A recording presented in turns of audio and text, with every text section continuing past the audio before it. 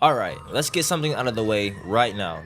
Ben 10 had no business going this hard. This show really said, here's a 10-year-old with the wristwatch that turns them into aliens, and then casually gave us some of the most iconic creature designs and show Cartoon Network has ever cooked. So today, I'm ranking the original 10 Ben 10 aliens. No Alien Force, no Omniverse, no nostalgia goggles doing all the work either. This video is a blend of vibes, usefulness, raw power, and how viable these aliens actually are in a fight or a real situation. Keep in mind, this is my list, so I can't be wrong. So some of these placements might hurt your feelings, but that's fine, I'm standing on it. But before we get into that, if you enjoy the video at any point, make sure to like, comment, and subscribe. I would appreciate it and it helps the channel out a lot. Now with my shameless plug out of the way, let's get into the video. Coming in dead last, and this shouldn't shock anybody, Ripjaws. No die. Now don't get me wrong, design-wise, Ripjaws is tough. Creepy, sharp teeth, glowing eyes. Really sells that deep sea nightmare vibe. As a kid, I was terrified. As a concept, he's fire. But in practice, he's a fish fillet from McDonald's. Ripjaws is only elite in water, and everywhere else he's basically fighting the environment and the enemy. On land, he's slow, drying out, and on a time limit. If Ben pulls Ripjaws and there's no water nearby, the episode immediately turns into a survival mode Minecraft playthrough. This is one of those aliens that sounds cool until you realize it only works in one situation, and if that situation isn't happening, you're fried. Cool design, zero flexibility, so he deserves dead last. At number 9, we got Wildmutt. Now this is the first alien on the list that actually feels useful. Wildmutt is fast, agile, strong, and way more graceful than what you expect from an alien dog. His senses are insane too. Enhanced smell, enhanced hearing, basically a Daredevil style radar sense where he can see the world without eyes. When Wildmutt is locked in, he's a different kind of beast. The problem is, those enhanced senses are his downfall. Loud noises, chaotic environments, too much going on at once, he gets overwhelmed fast, and once that happens, it's wraps.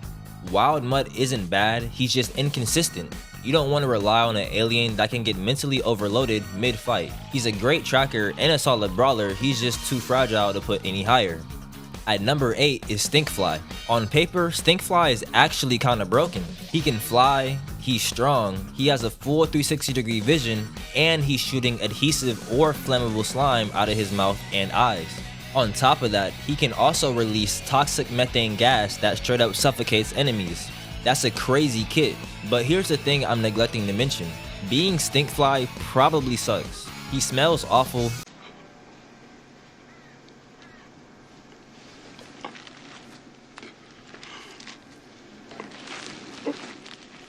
Stealth is basically impossible, and any close range combat becomes immediately gross. He works great as crowd control or disruption, but he's not someone you want to finish fights with. Useful alien, horrible vibes. At number 7, and this one might start a riot, Ghostfreak. Let me explain something before the comments light up. Ghostfreak is insanely versatile, intangibility, invisibility, flight, and possession. He's built to control the battlefield. On top of that, his eye can move anywhere on his body, giving him constant awareness of everything around him. Now all of that sounds amazing, until you remember that he can literally leave the Omnitrix and take control of Ben's body. That's a hard no.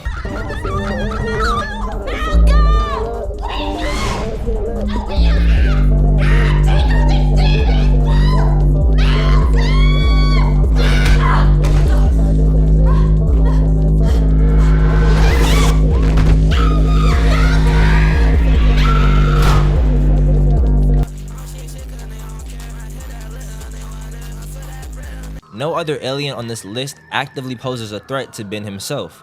That level of risk knocks him down for me. He's powerful, but you're gambling every time you use him. Elite abilities, zero trust. Now these next two are honestly interchangeable to me, but at number 6, we've got Gray Matter. You know who this motherfucker look like, low-key? Look! Gray Matter isn't winning fights with punches, he's winning them with his brain. He's a Galvin, the same species that created the Omnitrix, so his intelligence is on a whole nother level. He can understand, repair, and modify advanced technology almost instantly.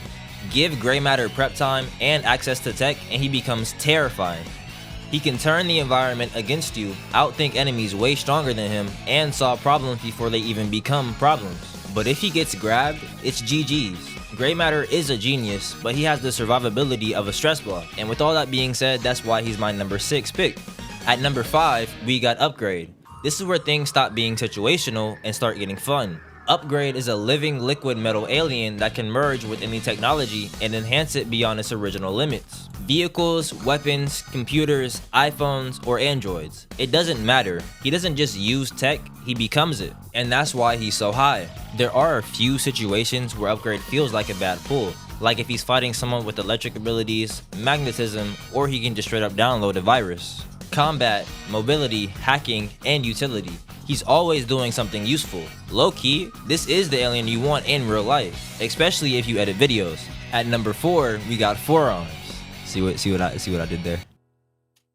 You know, I changed my mind. Kill yourself. This one is simple. Four Arms is the embodiment of raw power. Super strength, durability, shockwave, thunderclaps. If Ben needs something or someone and it immediately, this is who he's calling.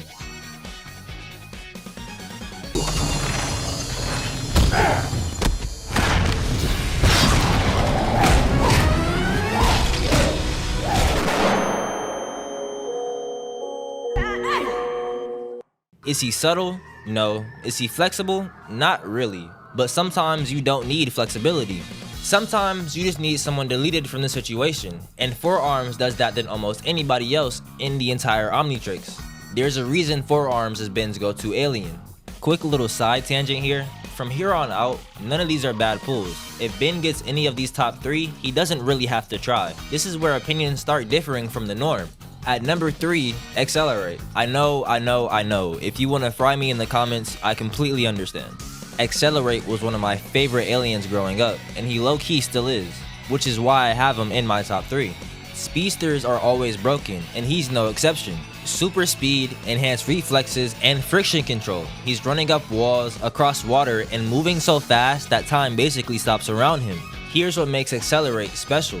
If Four Arms is used to end fights, Accelerate prevents them from ever starting. He controls the pace, the distance, and the engagement. That's power. Plus the helmet is a built-in shiesty. If that's not swag, I don't know what is. Bumblebee did it first, but Accelerate does it better. Speaking of Transformers, if you guys want a Transformers video, drop a like and let me know in the comments and I'll see what I can cook up. At number 2 is Heatblast.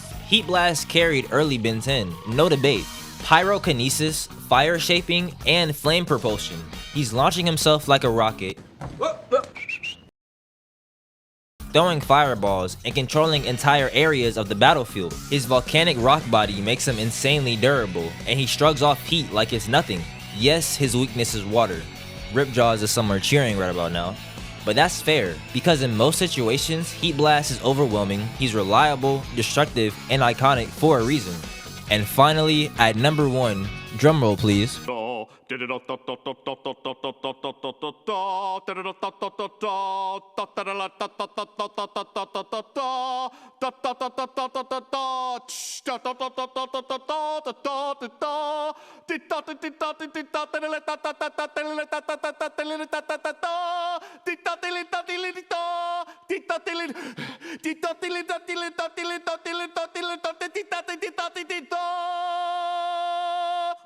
Diamondhead. Yeah, there is some bias here. I don't care. Diamondhead does everything. Crystal generation, weapons, shields, mobility, massive constructs. There's no situation where he feels useless. He adapts, he controls space, and he can switch from offense to defense almost instantly. And sure, Chromostone is my favorite alien overall, but Diamondhead being his less evolved cousin still clears the original roster for me. Versatile, durable, and one of the only aliens on the list that you can actually get creative with. That's the number 1 draft pick easily. And that's my ranking of the original 10 Ben 10 aliens. If you're mad that Ripjaws is last, that's between you and the ocean.